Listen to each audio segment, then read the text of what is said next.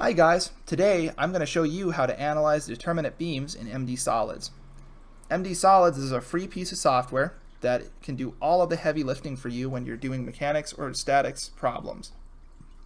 It's very easy to run as well, so the odds are that if you have a computer that can watch this video, you'll be able to download and run this program with no issues.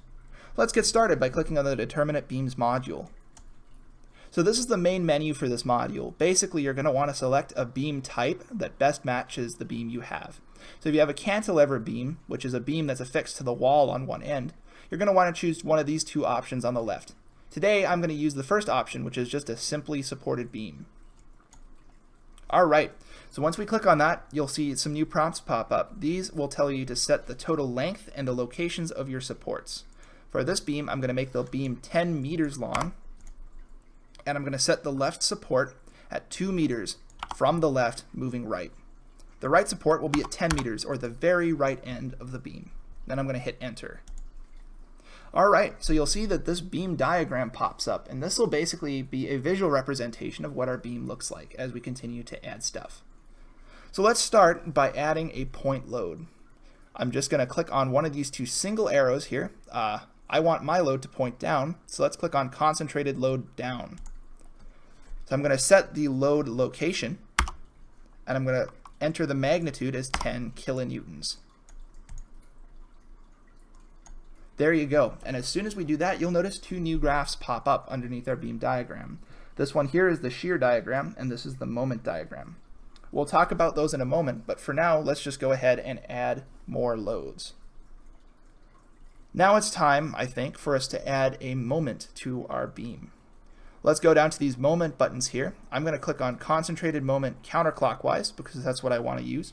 And I'm going to click on it, and it's going to ask me again to set the location, which I'm going to set as 0 meters to make it on the very left end of our beam, and the magnitude, which we can make 100 kilonewton meters. All right. Let's add a uniform load to this beam. So I'm going to click on uniform load down here, again, just because I want my loads to point down. I'm going to start the load at 3 meters and end it at 7. Then I'm going to make the load magnitude 2 kilonewtons per meter.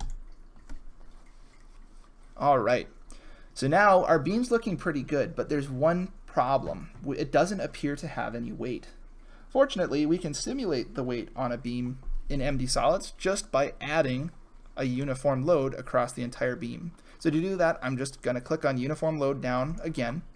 I'm going to start the load at 0 meters and end it at 10 meters.